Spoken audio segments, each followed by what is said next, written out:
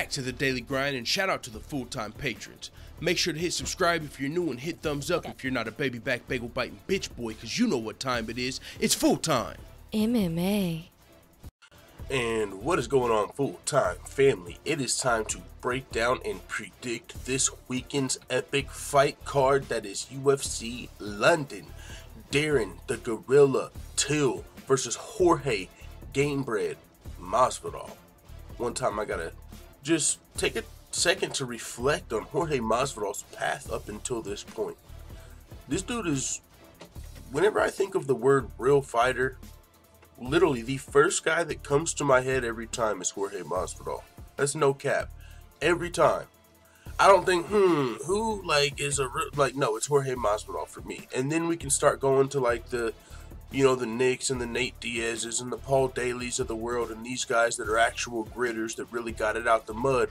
But when it comes to a real fighter, like street fighter turned professional, did it at the highest level, respectable resume all the way throughout, you're talking about the thoroughbred, gamebred, Jorge Masvidal, and that's why he's always been one of my favorite fighters, but we'll get more to that when we talk about the main event. Also on the card, we've got Gunnar Nelson taking on Rocky Leon Edwards, who's currently on a 6-fight winning streak, most recently beating Donald Cowboy Cerrone. Leon Rocky Edwards fighting in front of his hometown in the co-main event. It's going to be a tough fight for Gunnar Nelson, but the style might help him out a little bit, because we know Leon Edwards likes to take dudes down and beat them up. But if you take Gunnar Nelson down, you might have another thing coming. He is a submission specialist, so taking him down could be your worst mistake. Can't wait for that fight. Now let's get into all of the fights on the main card we're about to break down. We'll start with the first fight of the night. So if you haven't yet finished biting your bagels, do your boy a favor. Don't be a baby back bagel biting bitch boy or girl. Smash that thumbs up button like your middle name is Khabib, and let's get into these fights. The first fight of the night. Let's get our green check mark on the screen. Our first fight of the night is going to be between John Phillips and Jack Marshman on the main card. In this fight, I'm pretty sure I'm picking Josh Marshman. The white Mike Tyson, John Phillips, entered the UFC on a 4-fight winning streak, but since then he has lost his first 2 fights in the UFC. Jack Marshman is 2-3 in the UFC, and he's currently riding a 2-fight losing streak to Antonio Carlos Jr. and Carl Roberson. This is pretty much a toss-up for me. I'm going to give the slight edge to Jack Marshman. He does have more UFC experience, and he doesn't train at SBG, so that's a plus if your name's not Conor McGregor. The only fighters that seem to be UFC caliber out of SBG are Conor McGregor and Gunnar Nelson. So other than that, honestly, just haven't been too impressed with the fighting or the results of the SBG fighters. I mean, you think about the guys like the Artem Lobovs, and really, if you really just sit here and think about Conor McGregor's teammates and who's UFC caliber, there's none of them that jump off the page except for Gunnar Nelson. And honestly, I don't think Gunnar Nelson trains there full time, so it is what it is on that one. I'm taking Jack Marshman. Let's move to the next fight. Let's get the green check mark over by Jack Marshman, though, for the people that are fast forwarding just to see the predictions. All right. After the Jack Marshman pick, we move to the next fight of the night, which is going to be between Danny Roberts and Claudio Silva.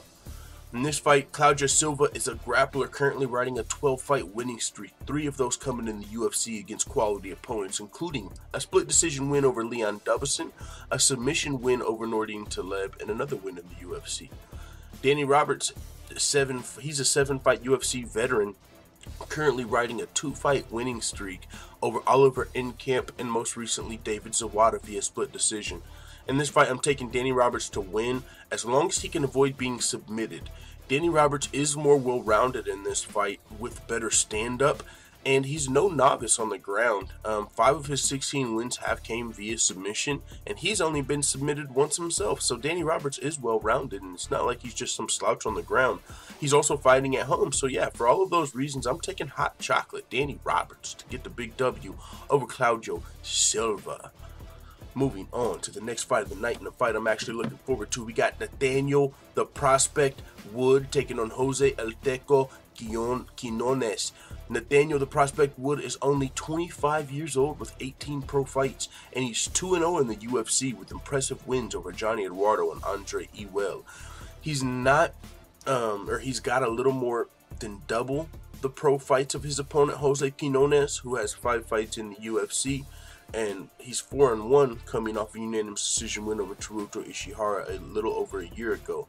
Jose Quinones was supposed to be scheduled to fight Sean O'Malley, but that fight was canceled, and so, you know, he was in a fight camp, but he didn't actually get another fight booked until now. But either way, Jose Quinones is legit competition for Nathaniel Wood. Even though Jose's a little less experienced overall, he does have more UFC experience, which does count for something because you're fighting against the best prospects and fighters in the world a lot of the time when you're in the UFC. But I'm going to be taking Nathaniel Wood to get this win. I'm taking Nathaniel Wood. He's one. This is one of the things about the people that come over from Cage Warriors, whether you're a Cage Warrior champion or just a really good fighter from Cage Warriors.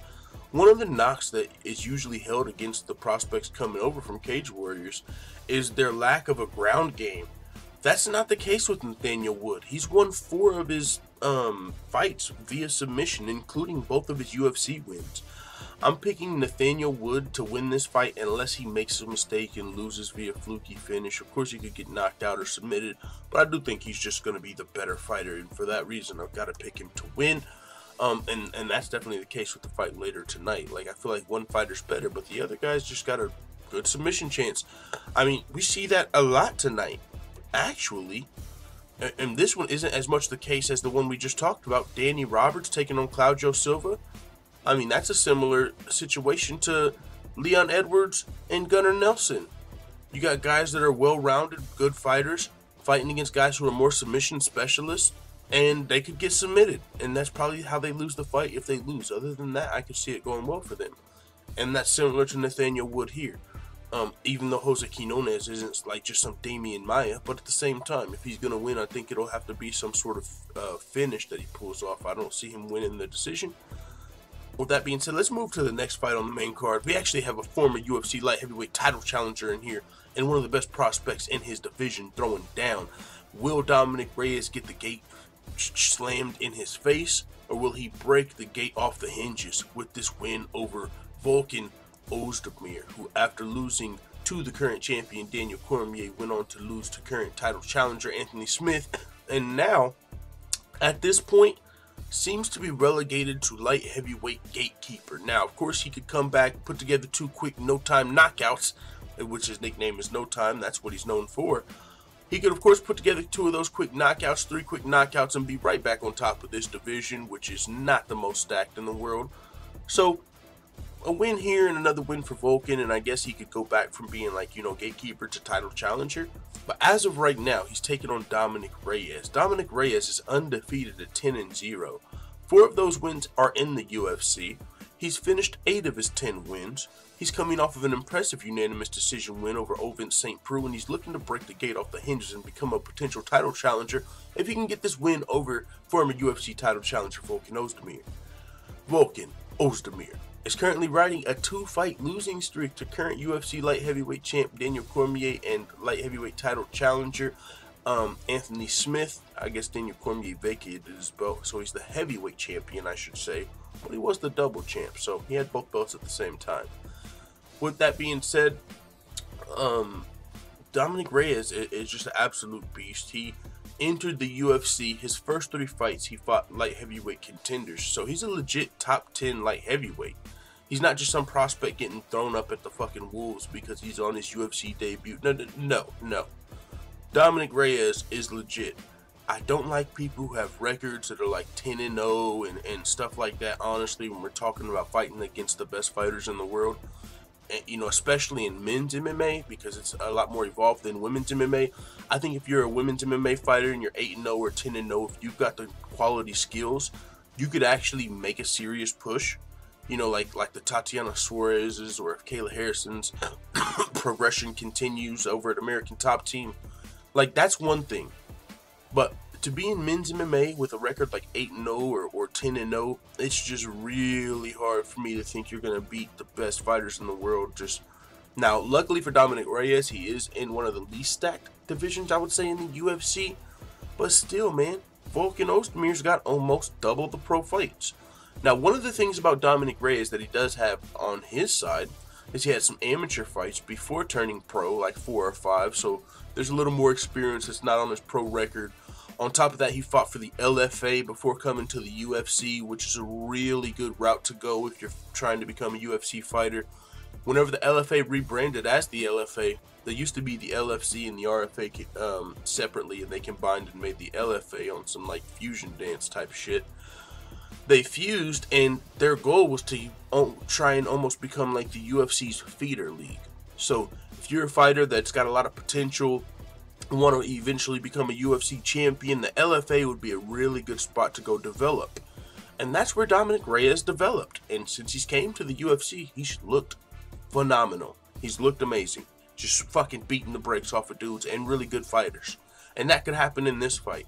He could come in here, fucking beat Volkan Oezdemir, knock him out, boom, and be a legit contender at 11-0. That's a real possibility. But don't count Volkan Oezdemir out. He did knock out Jimmy Manuwa. He did fight to a split with OSP in his UFC debut. I mean, Volkan Oezdemir has knocked out and fought some high-level fighters.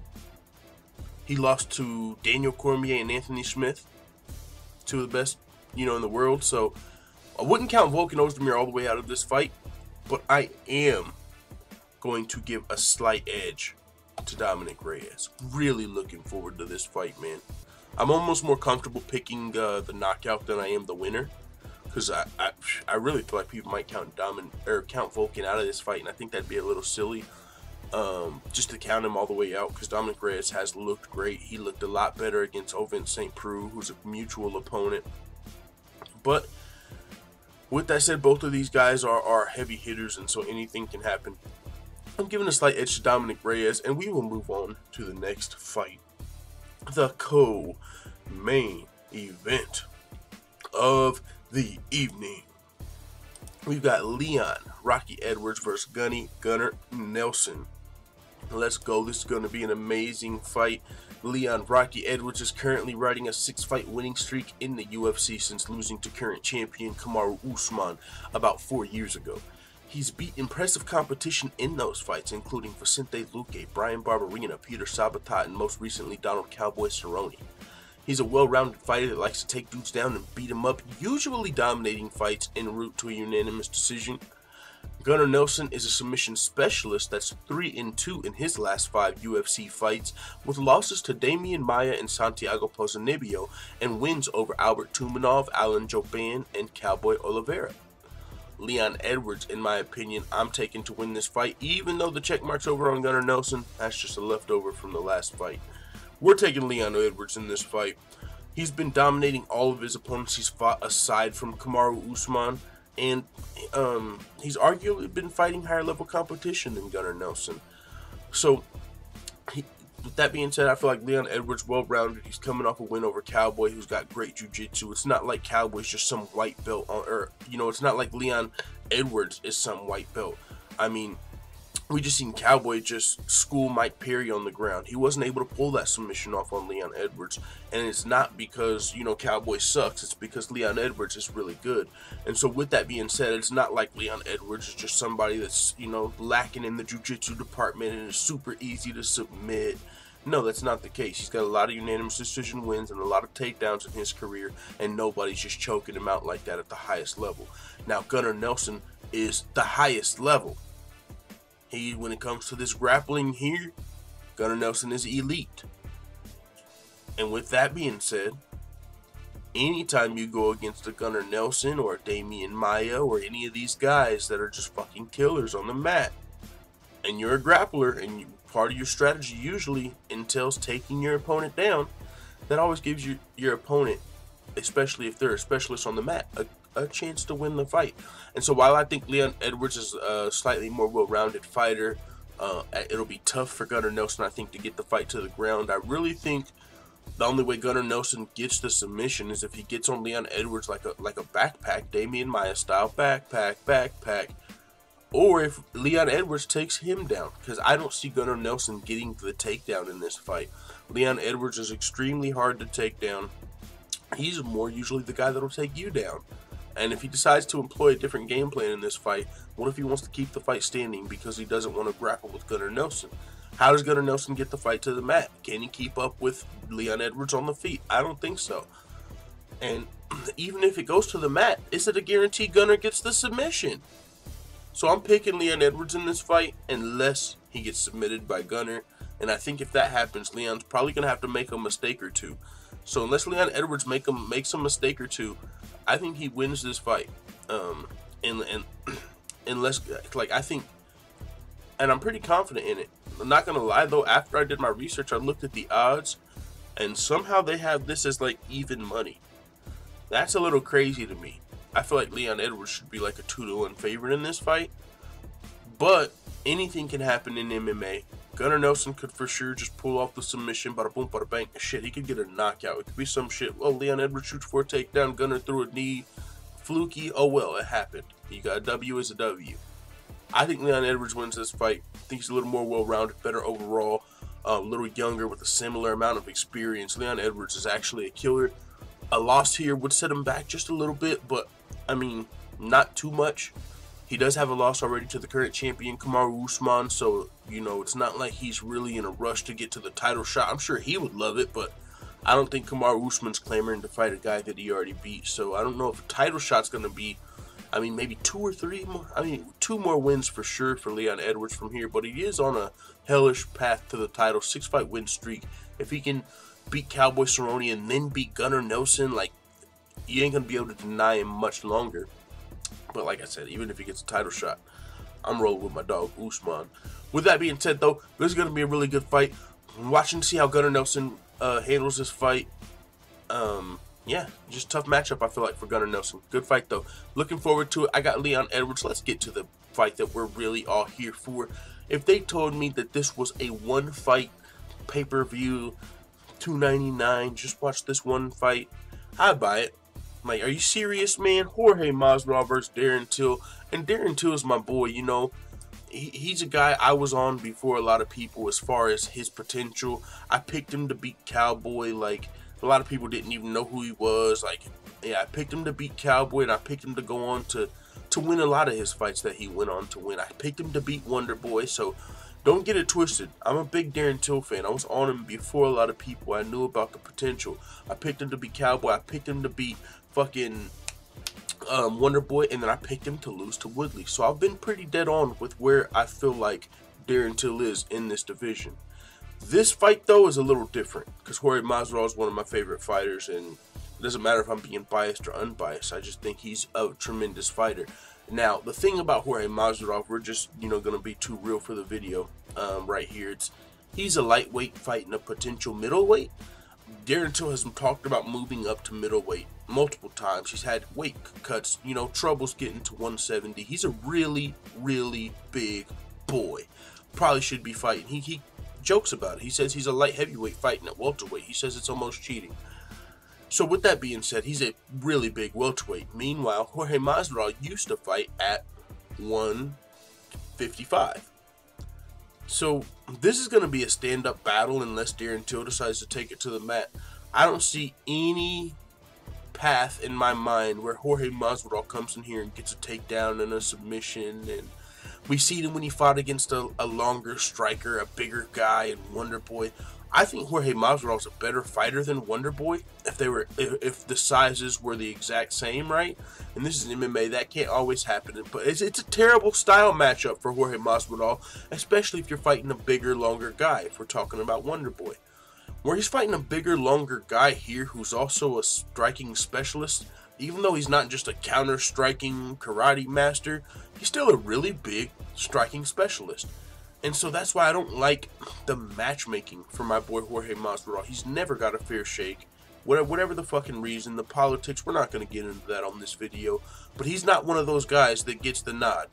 You know, if it goes to split decision, you can bet Jorge's probably losing it, no matter where he's fighting on what level, because he don't got the politics on his side. And that shit kind of pisses me off because he's such a good fighter. But you can go back and watch any one of Jorge Masvidal's last 4 split decision fucking losses, and he got robbed. And that's why he moved up to 170. He said, I'm not going to be missing my holidays and eating this stupid ass fucking celery every day. And you know what I'm saying? Eating being so disciplined and all of this to make this weight when I'm going to get robbed. And that's great logic. That's smart as fuck.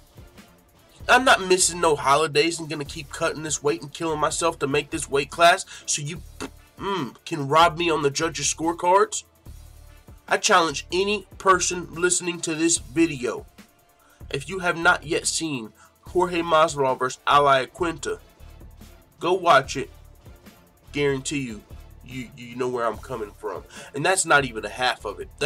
I'm not just talking about one fight with Quintin. I'm talking about his whole fucking career. I'm talking about from backyard to bright lights. I'm talking about game bred. I'm talking about from the streets. You want to know the best way to street fight? Good sucker punch and a good 40-yard dash. I'm talking about game bred Jorge Masvidal. Ain't no fair ones in the streets. I'm rocking your shit and I'm taking the fuck off because you probably got a weapon. And that's how I came up. That's where we got it. Out the motherfucking mud. And that's why I am such a fan of Jorge Masvidal, because he went all the way from that to fighting just for money. Like, not in the UFC. He wasn't thinking about the glory. He wasn't thinking about, oh, I might be a UFC champion one day and everyone might love me. No, he was thinking, oh, what the fuck? Someone's going to pay me to punch this dude in the mouth? Oh, I do that all day, baby. I do that for free. So Jorge Masvidal came all the way up from the backyard Kimbo fights to fighting at the Bow Dogs and you know, the Strike Forces and just anywhere he could get a check to put his paws on you, he was around the world. That's why he's got fucking 45 pro fights, 32-13. He's 32 and his 32-13 is more impressive than Khabib's resume to me. Because he didn't have the politics on his side. He didn't have the money on his side. He didn't get to pad his record. He didn't get no easy fights. This dude was fighting people like Paul Daly before the UFC even fucking sniffed signing him. No easy fights. No robbery decisions. I've had this conversation before. How come the fucking Khabibs and the Sage Northcutts never lose a robbery split decision? Jorge Masvidal can't win one to save his fucking life. He's been through everything you could imagine, and they're still gonna fuck him on these judges' scorecards? Sage Northcutt, Khabib, they'll never lose a fucking robbery split decision. And that's why I resonate with people like Jorge Masvidal, and I'm riding until the wheels fall off. And I don't care who he's going against. It can be one of my favorite up-and-coming fighters, Darren Till. It can be the champion, Tyron Woodley. I'm riding with my boy Gamebred, and it's that simple. It's that fucking simple. Nobody gets more respect. I can't think of anybody I really respect more in the fight game than Jorge Masvidal. I really can't.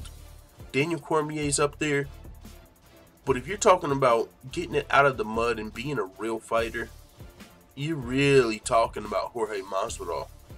You're really talking about Masvidal. And he's went so unnoticed or whatever the hell, bro. Yeah, Masvidal's got a story that should be on a documentary. Like Notorious, oh yeah, popular, I get it. Dad plumber, okay. If you want a real story, if you want some real shit, that real shit, go do a documentary on my boy Jorge Masvidal. And he's already got it in the works. It's called From Backyards to Bright Lights, but that's not what this is, some little plug.